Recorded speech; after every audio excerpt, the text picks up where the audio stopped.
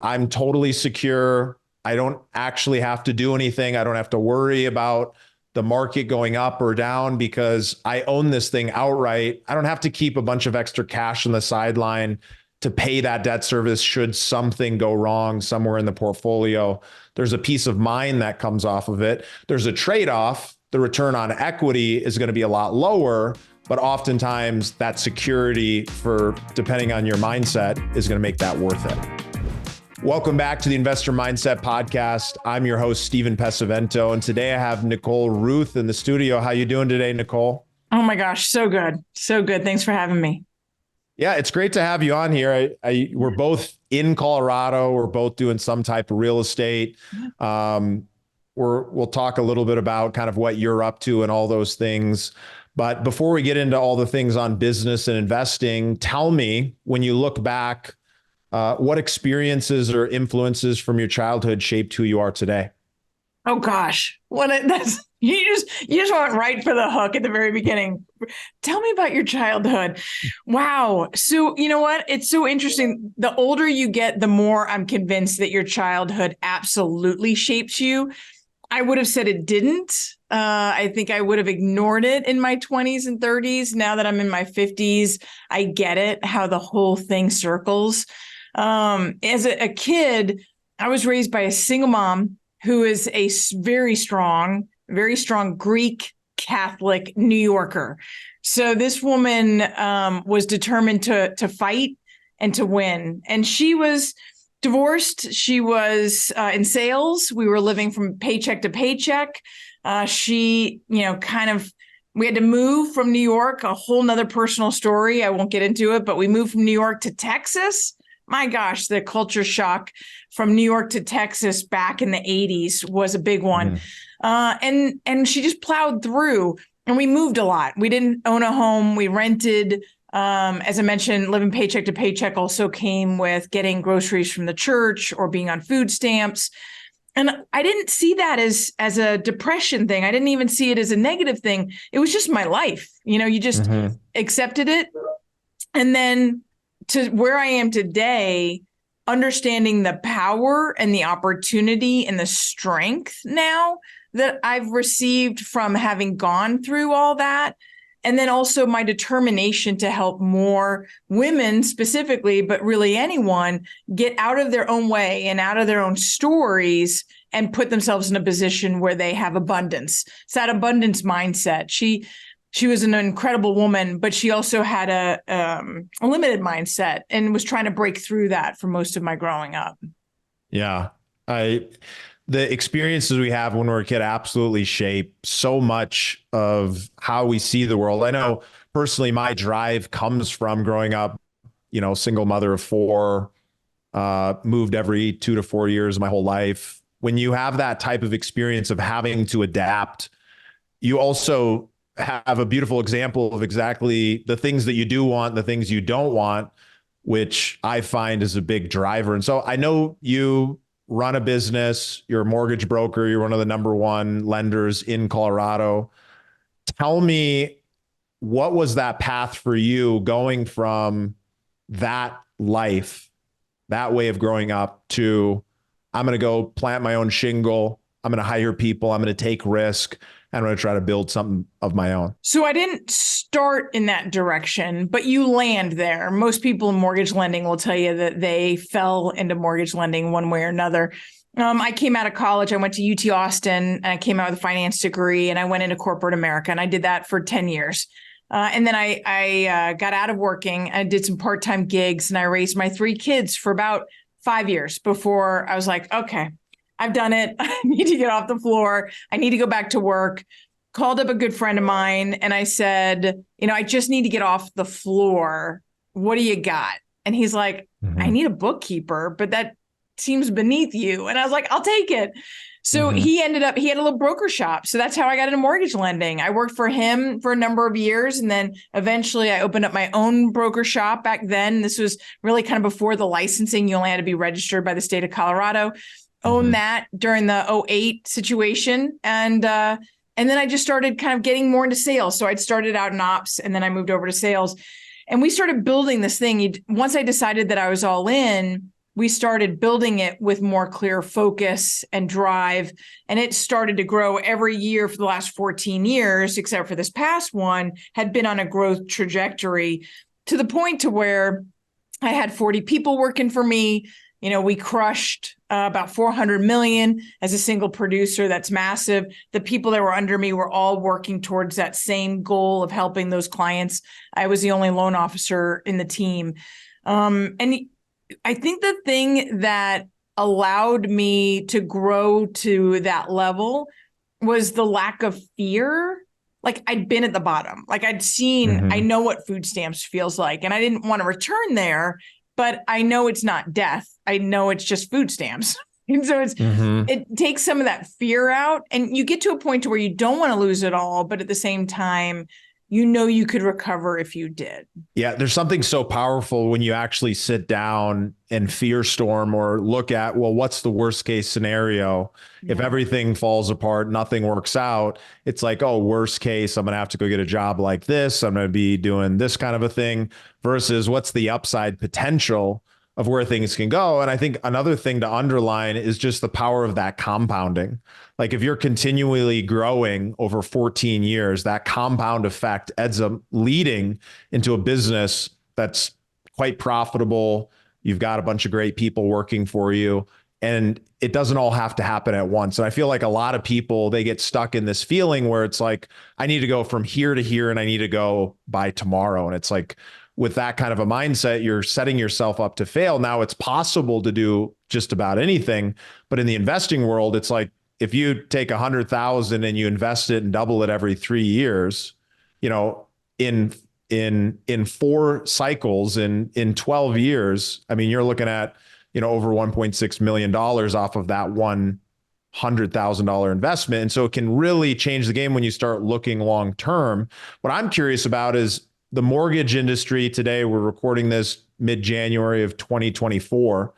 We're experiencing the highest rates we've seen in a decade, very challenging environment. What has shifted in the business, other than obviously production's got to be down? What has shifted and what have you taken away from that so far? Yes, we saw interest rates in 8% in 2023. And at the end of 2023, right before the end of the year, the rates had dropped from 8% to 7.8, from 7.8 to 6.6. And so that was pretty substantial. And we've been at 6.6 for the last, say, 35 days, give or take. So about 5 weeks. And then just this past week, they've started popping back up again. Now we're at 6.95. The perspective is that, did we come down too fast? Remember, Fed Chair Powell came out saying that the Fed board believes that they're going to drop the Fed rate 3 times in 2024. And the dot plot showed it pushed towards the second half of the year. The investors or the market came out, they heard that, and immediately they were like, he just said 6 rate drops as soon as March. And we're like, but he didn't say that. Yeah. He said 3 at the tail end. So the market heard something different than what was said, and it rallied and it dropped the rate substantially. And now I think we're giving some of that back as the market is having to swallow some of that and realize that that's not necessarily the case. All that to get back to the question, as far as what's changed, there's been a ton of emotional roller coaster when you have rates that, you know, had gone from 2.65 or 2.6 to 2.75 all the way up over the course of a year and a half to 8%.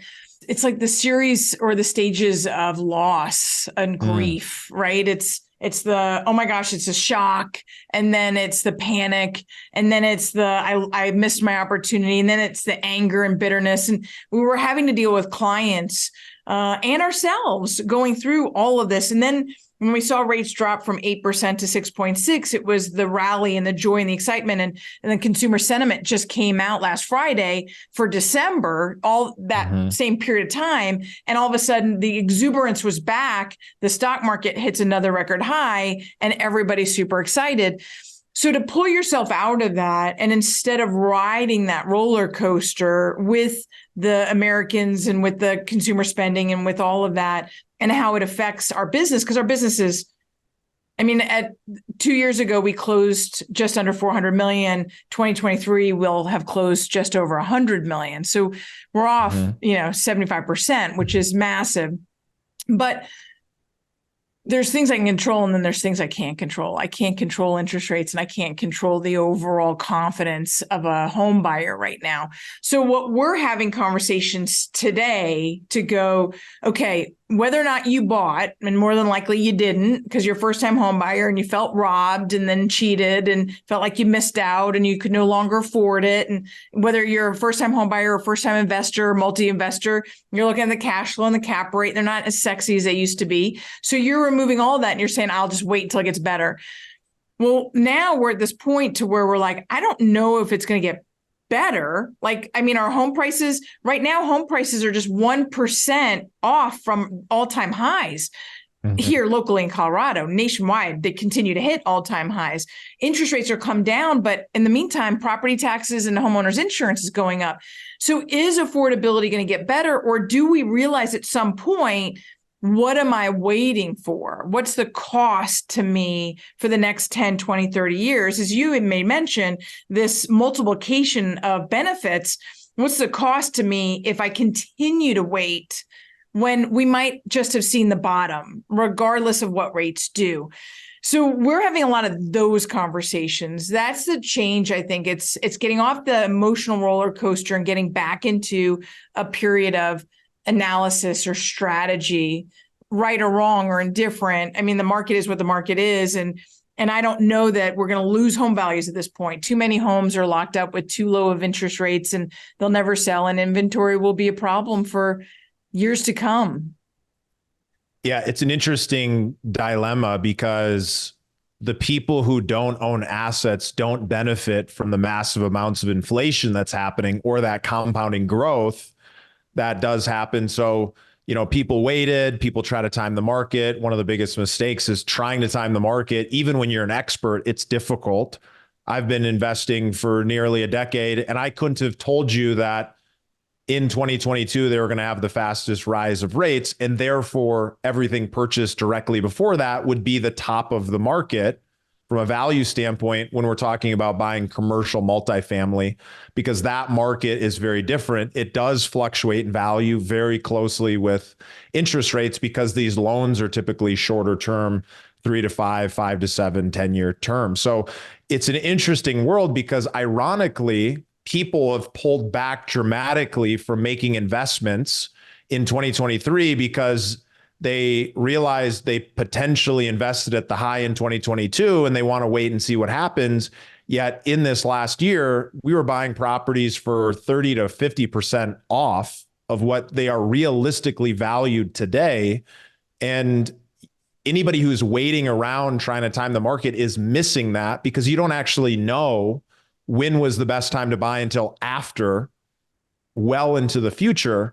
And so it is a challenging place. And I know as a broker, you're in a position where now you have to counsel and talk with these borrowers and talk through and discuss educationally why it makes sense to buy if that's the decision that they want to do, is to own a home or to make an investment. I know we're seeing that on our side. What I'm curious about is somebody who's got a team of 40 people, when you reduce revenue by 75%, it seems only prudent that you're going to have to cut your team in order to react to this new environment. How have you guys reacted internally as far as controlling expenses on the things you can control, knowing that you can't control the market?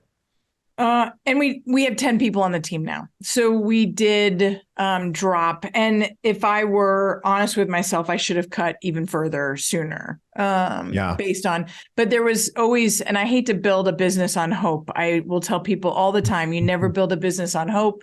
But I do know my strengths. I know my ability to be out in the market and educating and to sell. And I do have confidence that when the market turns around, I also want the base of a team that I know that can support that increase in volume. So you don't want to strip yourself all the way down to the nubs, but at the same time, you want to be realistic on what can you carry in the lean years.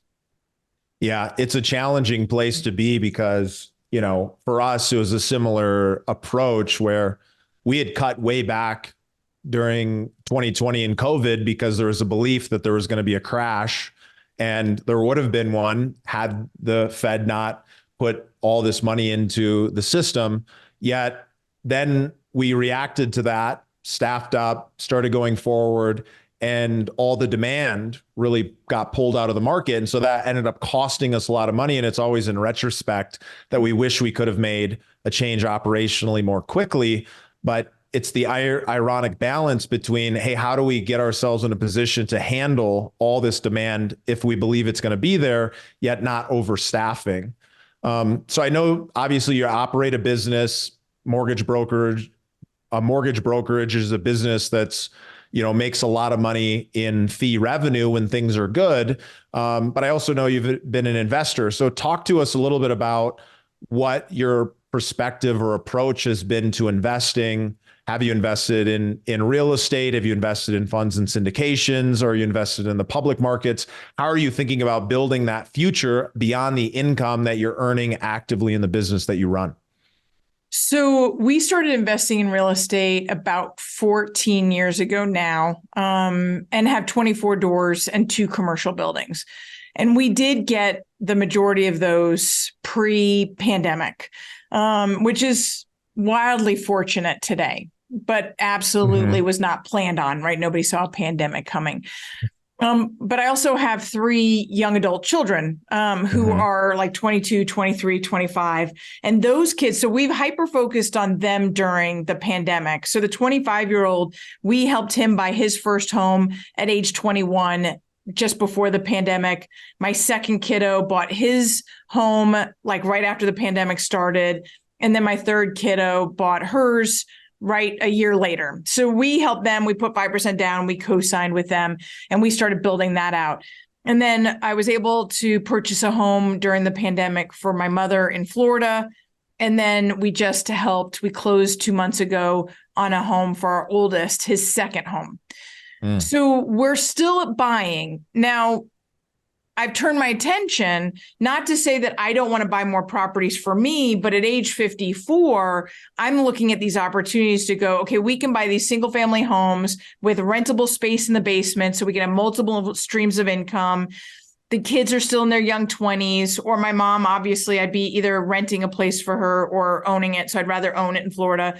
So I'm looking at what are the opportunities for them long-term to help set them up, as we'll, use up. My goal is that we'll use up all of our investments before we go. And if I have anything left, then fantastic, they'll get that. But I'm not going to hold back, because in the meantime, we've been setting them up for success. And then I also turn my attention back to small apartment buildings. So we've kicked off a fund where we're going to be raising money to start buying small apartment buildings. I've partnered with some folks who have deep skills in converting small apartment buildings and raising cap rates and marketing those, and then an attorney in protecting everyone and doing the fund the right way. So those are some things that through all of it to turn our attention towards that. I have the base of the residential doors and the 2 commercial buildings. I've helped my kids, and now we're looking at larger scale projects. Yeah. So you've bought these properties for yourself to create cash flow, and you've supported your family from a target perspective. Do those investments pay for the life that you want to live, even without the mortgage brokerage? They don't yet. So all of them, we put them on a 30-year fixed, but all of them have a payoff of age 62. So I'm 54 today. So we put all of them based on the first one that we bought 14 years ago. It has the longest amortization. It's on a 30-year fix, but I set my own schedule and we pay it down to, at the age of 62, all of them will be 100% paid off. Now I have the early ones are much further along, obviously, but a lot of the rents go to the mortgages. So in that case, I don't live off of them. Now I could put them all back to 30-year fix in the sense of like drop the payments, take some cash flow. Absolutely, I could, but I don't need to. The mortgage business has been able to sustain, even though it hasn't been nearly as good as it had been in the past. It's done enough where we've just revisited our lifestyle, know that it's a short-term dip in the market, and then allowed the rental properties to continue to pay themselves down, knowing we could dip into them if we needed to. So your strategy is really, my goal is to own these properties free and clear and just be able to produce the massive amount of cash flow at possible when it's the right time. What's gone into that thought process as far as the balance between creating a higher rate of return by having and keeping leverage on versus going the, no debt type strategy? That's a fantastic question, because I get into those conversations all the time. Do you keep skimming the equity to buy the next thing and the next thing? And do you create those multiples? And I think ultimately for me, a measure of time was a big decision factor. I didn't buy my first investment until I was 40 years old. It was also a measure of what do I need, right? So we had an abundant life. I mean, the last 14 years have been really good to us in the mortgage industry. So my husband and I were able to create a very abundant lifestyle, but still coming from the backgrounds. I mean, he was raised by a secretary and an Air Force Base maintenance man. And I was raised, as I discussed earlier. So our definition of abundance might not be the same definition of abundance to somebody else. But freedom is really what we want, is that ability to not worry about making the bills, to have a home that we love, which we do here in Denver, that has some space around it. And it's a pleasure place to go home to know that we can kind of remove ourselves from the hustle and bustle. So that to us was abundance. So we created that. So for us, we sat down and created a series of goals. And so I do this with a lot of my clients now as a mortgage lender when I'm helping newer investors. And we talk about what is, depending on what age you are, maybe you're 35, 40, maybe 25, what does your 30s look like? What do your 40s look like? What do your 50s look like? If you had your druthers to design whatever that looked like to you, what would be important to you at those stages in your life? What kind of money do you need to be making? What kind of assets would you like to your name?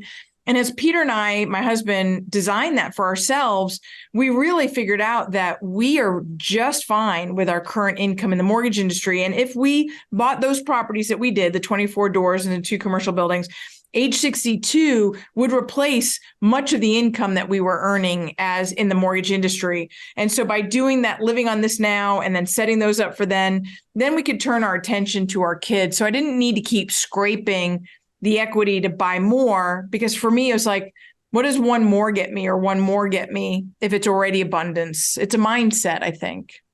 Well, I think that's really important, because it all depends on what's right for somebody, all depends on what it is that they want. I talk about this concept, naming your number and understanding how much money do you actually need to earn every single month to be living the life you want to live. And for somebody, that's $5,000 a month. For someone else, it's $20,000. For another person, it's $50,000 a month.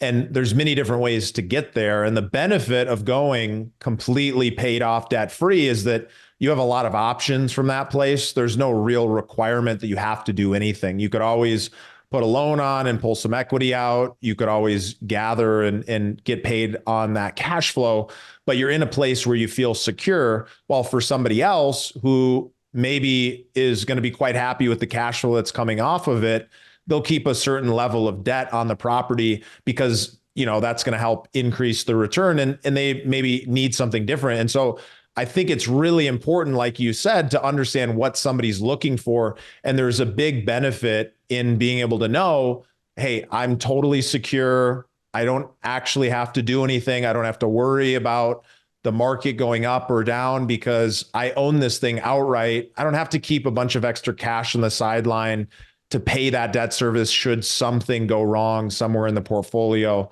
There's a peace of mind that comes off of it. There's a trade-off. The return on equity is going to be a lot lower, but oftentimes that security, for depending on your mindset, is going to make that worth it. Right. Absolutely. So what, at this point, you've got these properties. It sounds like you've essentially said, hey, I'm good. I don't need to keep buying more. I'm just shooting for that age 62. And then that's the point where, we can go and just continue living the good life. Yeah. And I love my job. I do a lot of educating. I teach a lot of classes. We put out a ton of content. I think that this knowledge is power. And I think the knowledge behind building wealth through real estate is game changing, life changing. So we put out a lot of free content that helps support others to kind of get to this knowledge. And obviously I'd love to be that person's mortgage broker, but ultimately I do believe deeply. I have a very deep spiritual faith, and I do believe deeply in sharing it and paying it forward. So we just, give that out. And so we are looking at doing the fund. I am looking at building more assets. I do want to get into the apartment buildings and into larger multifamily opportunities. So I'm not done per se. But I will say that I did turn my attention during the COVID years and the pandemic years, when the interest rates were going up, when home prices were continuing to go up. I looked at my kids as an opportunity to say they aren't so worried about the today, and they don't need to pay it off in 10 years or even 20. They can hold this asset and let it build for them. So we're still as family building our family wealth, I just wanted to put it into their name because structurally it made more sense to me at the time.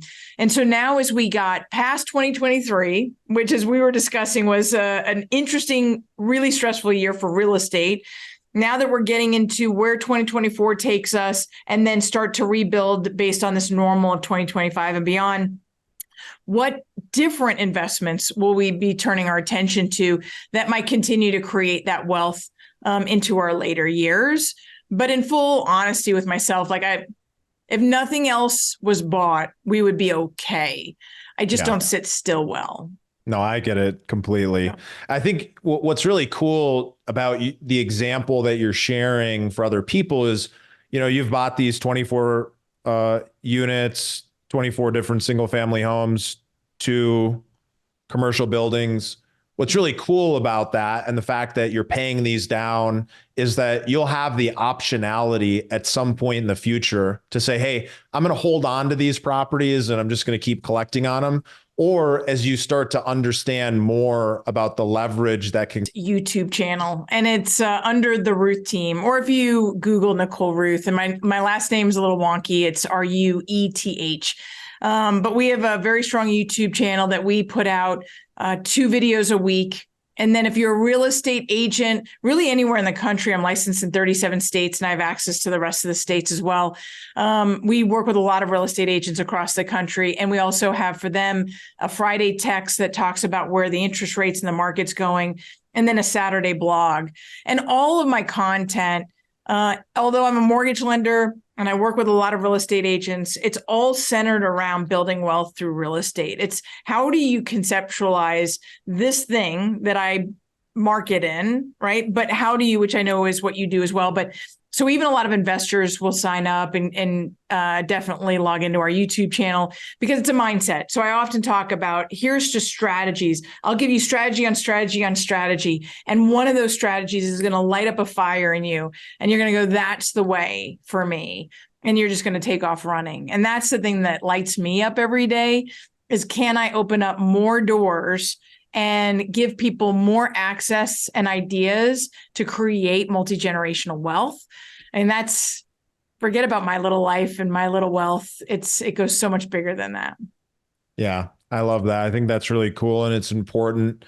I found for myself that after I made a certain amount of money or had a certain amount of success, I realized that it actually wasn't going to solve the real problems, and that you get so much more by giving back and by being able to sharing those lessons. And it doesn't mean you're not going to still make money. It doesn't mean that money isn't a valuable resource, but being able to give and make an impact is even more powerful. So the last question before we wrap up is really around, a lot of the people who are listening are in a position where they've maybe started making some investments. Maybe they know what they should be doing, but for some reason they're not taking action. They're not doing that. What advice do you have to them towards making a move and getting in the game and starting to go down that path? So my husband always says, right, progressive improvement is better than delayed perfection. And it took me a long time to actually agree with him, but the small step in the direction, I'd say the first thing that you need to do is get clarity in your goals and what you're trying to achieve will open up options for you and pathways that you don't see until you know where it is you're headed. It just feels clouded and stressful. And like sometimes there's almost too many options. So if you're feeling like you can't make a decision, it's because you don't have clarity about where you want to go.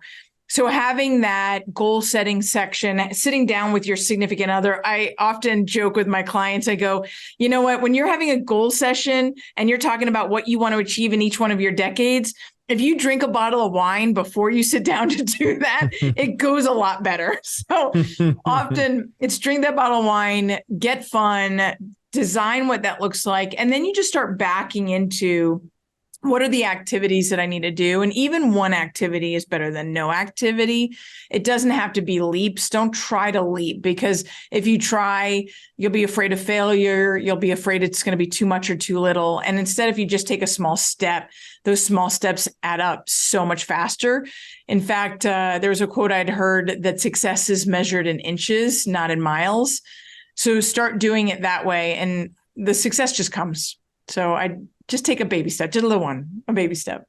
Nicole, so great having you on. Great catching up on all these great topics. And for all the listeners, thank you for joining us for another episode. Look forward to seeing you on the next one. Sounds good. Bye-bye. Thanks for listening to the Investor Mindset Podcast. Make sure to hit that subscribe button. And if you'd like to watch another, here's one up top. And here's another great video right down below.